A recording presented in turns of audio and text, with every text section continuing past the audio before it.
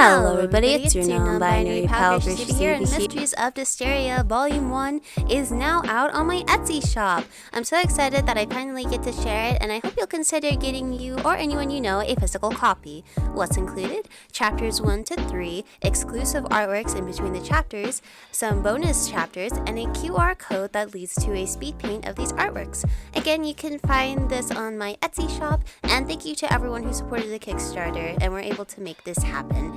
If you want to know more about the story, you can check out some of my other videos or read the webcomic version. Hope you like it! And welcome back to another traditional art speed paint video. Now this one is a marker drawing. I believe I've had marker drawing speed paints on here before. But yeah, this one's a really cool one. I like how it turns out. But basically, the concept for this one is, for some reason, I felt in the mood to draw something blue. But I also felt in the mood to draw my character Lai. Lai is primarily my pink character. However, I thought it would be a fun idea for this one to draw like an alternate version of him, which is like a blueberry version of him. If you've been in fandoms and stuff, sometimes they'll like switch up the character colors and call it like a fruit version of that character.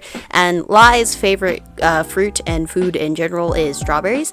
So I thought it'd be really funny to draw what a blueberry version of him would look like. So that's the concept that we're working on here. And I already did the sketch off screen. I did the sketch and cleaned it up because initially I don't think I was going to record this, but then I decided to record it for the coloring.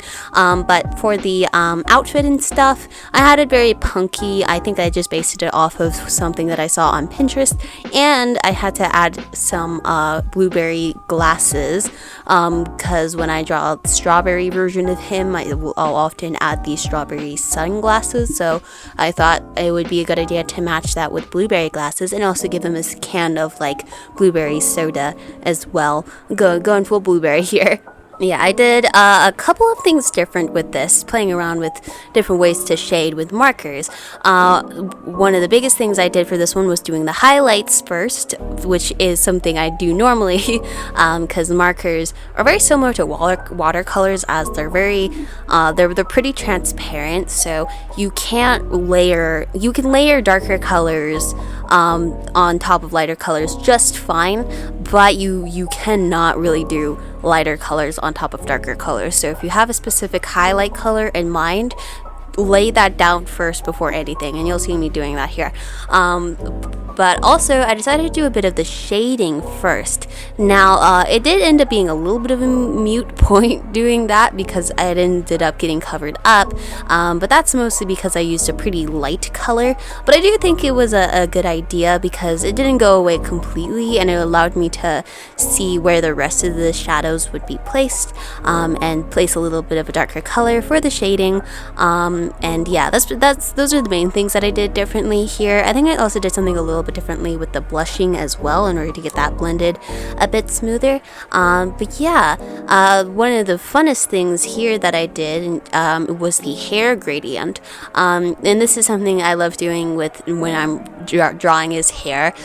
So online, you've probably seen this trick before with alcohol markers, but if you put the tips together, have one like flow into the other, that can create a really nice gradient effect where the color that you had flow into the other marker will show up first, and then as that marker color goes away, it slowly blends into the original marker color.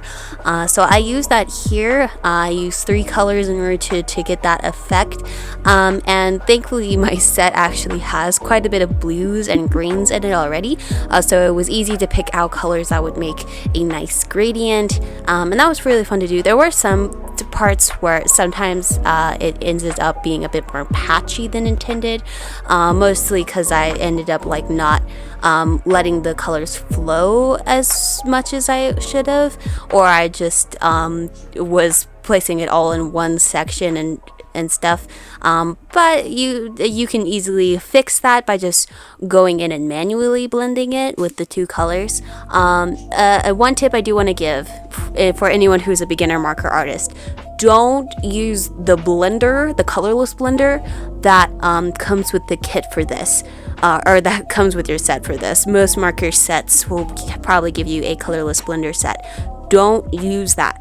The reason why is because that is not meant for blending. That's actually meant as sort of a color remover. You can use it in different ways, actually. You can actually use it for blending, but it's best to use it, you actually have to lay down the colorless blender first and then lay down the two colors that you want on top of that to blend it. That's a good way to blend it as well, but don't put it on top of the area you want to blend, because that will just remove the color and you don't want that. You can also use that same tip-to-tip alcohol marker trick with the colorless blender as well, if you want to make like a gradient into a light color sort of thing. But yeah, some tips for marker blending. After that, I moved on to the skin. I think I was kind of procrastinating on the clothes because I wasn't sure what colors to include in the clothes. I eventually get to them, and I do actually quite like how they look. But for now, I focused on the skin, shading that a bit more. I've talked about this before, but when I'm drawing Lai with markers, I think I've talked about this before, but when I'm drawing Lai with markers, especially his older design when his hair was quite a bit lighter, I always never liked how it looked, because the lightest quote-unquote skin tone that I have is still darker than his real skin tone. He's a pale boy. He's a pale man.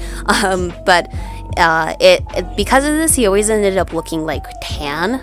But I don't know if it's because of the blue here, or because I changed his design a bit more to have that hair gradient, and so that his hair color contrasts a bit more with his skin. But it ended up looking like completely fine here, which I'm very happy with. I'm happy that it ended up looking like completely fine. It actually looks quite nice here. I honestly think it would have looked worse with a lighter skin tone. So yeah, glad that worked out well. And throughout this whole thing, I stuck to using purple for the main shading color, but for his skin, I did add in a bit of pink around the shading area, just to add a bit of warmth to his skin tone, which is funny because he's technically undead. But I like adding warmth to his skin anyway, because that's nice. And then another way to add warmth to his skin tone is adding a bit of blushing, natural blushing. You can add blushing around the face, also on the joints as well. This is something I do in my traditional art, digital art as well too. Eventually, when I do get to the clothes, I end up making like the majority of his clothes quite dark, using one of my darker blues, which was fine. I like how it looks. Working on it though was a bit hard because of how harder it was to shade because of that. I ended up getting around that though, and yeah, I also used a bit of green as an accent color, because blueberries have like the green stem. They don't actually, but I thought it would look nice. And yeah, I also used yellow as the highlight color as well, just because blue and yellow are, I believe, complementary colors. So yeah, it goes well together. And yeah, unfortunately, towards the end, I wasn't able to capture everything because the camera battery died, and the camera battery died, and I was really close towards the end, so I was just like, I'll just finish it off screen, it'll be fine. But the last few things that I did was adding a little like pattern to the background, which are like these kind of like silhouetted blueberry shapes. And I wanted them to like gradient from one color to the next, sort of thing, and I like how that ends up looking. And I also did a little bit of line art on his face. Now, I actually ended up not doing line art for the rest of it. I was looking at it and I was like, I like how it looks just as is. I liked the lineless look, so I decided to keep it lineless, but I did want to add some more definition to his face, so I did that. And then I also did some shading in the eyes with the line art. Something I've noticed is that it's just a lot easier to do the shading in the eyes and the detailing with the eyes afterwards. I've tried doing fully shaded eyes with markers and stuff and watercolor, and they just never end up looking good because of how small they are compared to everything else. It's just so hard to get it shaded right without it all blending together. So just adding in a solid color or even like a gradient and then adding in the details with the line art is better for me in general. And that was pretty much it.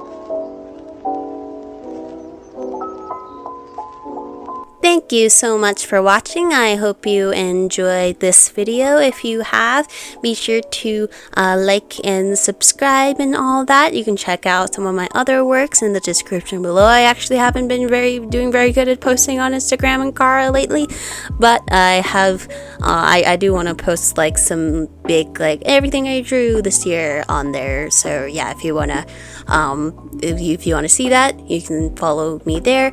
And that's pretty much everything. I will see you in the next video. Bye.